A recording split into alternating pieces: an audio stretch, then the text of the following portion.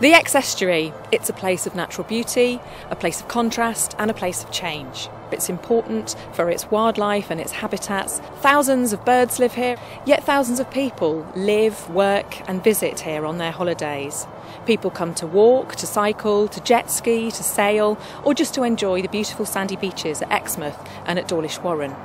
And it's easy for us to think that the coastline has always looked like it does today, with the forces of nature tamed by seawalls and embankments. But of course that's not the case. The Exe Estuary has changed significantly over the past few hundred years. So as part of the Living with a Changing Coast project, I was interested to find out people's memories of how the coastline around the Exe has changed over the years, and also to see how the coastline is managed today from a flood defence point of view. And if the predictions for climate change and for sea level rise are correct, I also wanted to see what changes we might see around the Exe in the future.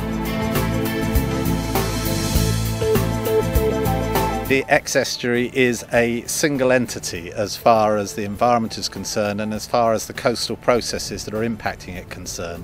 I've been here at Topsham for 50 years plus, and I'm not aware that the estuary has changed fantastically. Obviously there have been changes, there's been more silt in the banks, but the channel itself is just as deep, just as good as it was. There are pictures here where there are people in boats going up the high street. And several of the older villages here had never put carpets down because every year they used to have floods and just brush it out and carry on. We're very grateful for the money that has been spent on the flood defence. And so our fear would be from threat of flooding from the sea. It's the severity of the storms that potentially are more of a problem with the swell that's pushed up the river and things getting damaged that way. You know, our workshop will flood, we know it floods, our yard floods. You know, I came down last night, picked up all the tools, everything off the floor, and we had 6 to 8 inches of water in the workshop this morning. So, you know, just sweep it out the door, carry on. But it's not a house, there's no carpets and things to get ruined. The only real changes that we've seen of late have been the extreme changes in weather, probably as a result of climate change. I think we agree that climate change is unarguable, but the whole question of sea level rise is rather more misunderstood.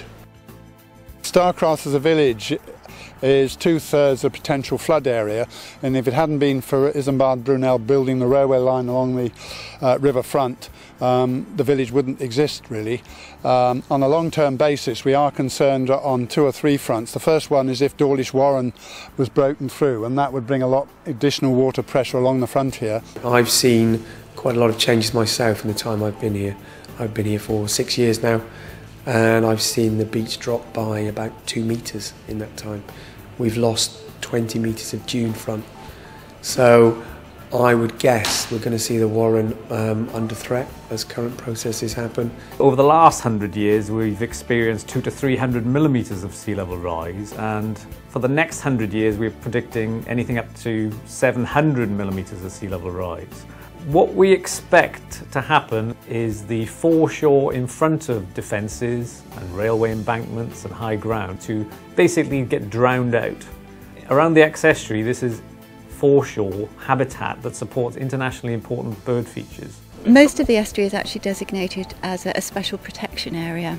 In addition to those designations, the Dawlish Warren area is also covered mainly as a special area for conservation for its duneland habitat.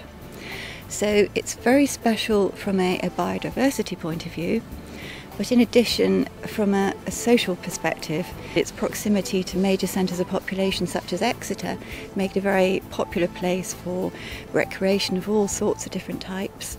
I think probably there's going to be even more leisure and pleasure use of the river. If you look at photos of the 50s, there were hardly any moorings out there. Very few boats permanently sitting out there. That's got more and more crowded as time goes on.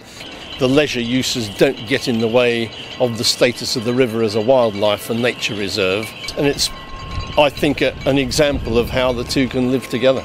The Exe Estuary is incredibly important for wildlife, and here in winter it's especially important for wintering birds. Now these are birds that have moved down from the far north, from places like Siberia and northern Europe, to escape the harsh conditions, coming down here to enjoy what the estuary has to offer, and they're here in nationally and internationally important numbers. There is no need for any additional habitat.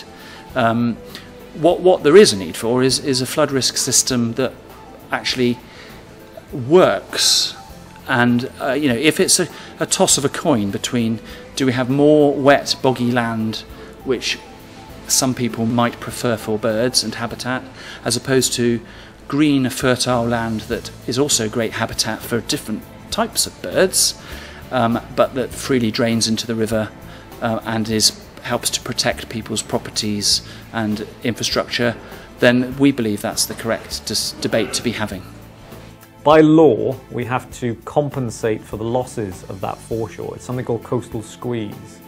And as part of the Exe Estuary Flood and Coastal Erosion Risk Management Strategy, we've identified sites around the estuary where this could be created elsewhere. These include the Ken Valley and the Lower Cliss Valley.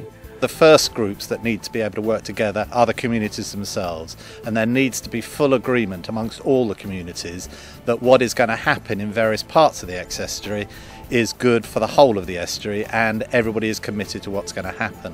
Flooding and coastal erosion doesn't respect administrative boundaries. Funding is tight, so we come together to solve a common problem.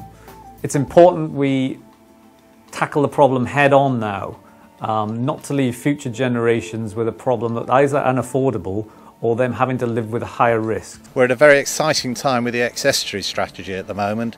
A lot of work has been done by consultants and the Environment Agency in setting in place all the various options that they see are possible. But this is the moment that we are taking it to the communities, and for the communities to be able to comment as to whether they think everything has been covered, whether the sorts of solutions that are being put forward are the right sorts of solutions, and for them to have their input.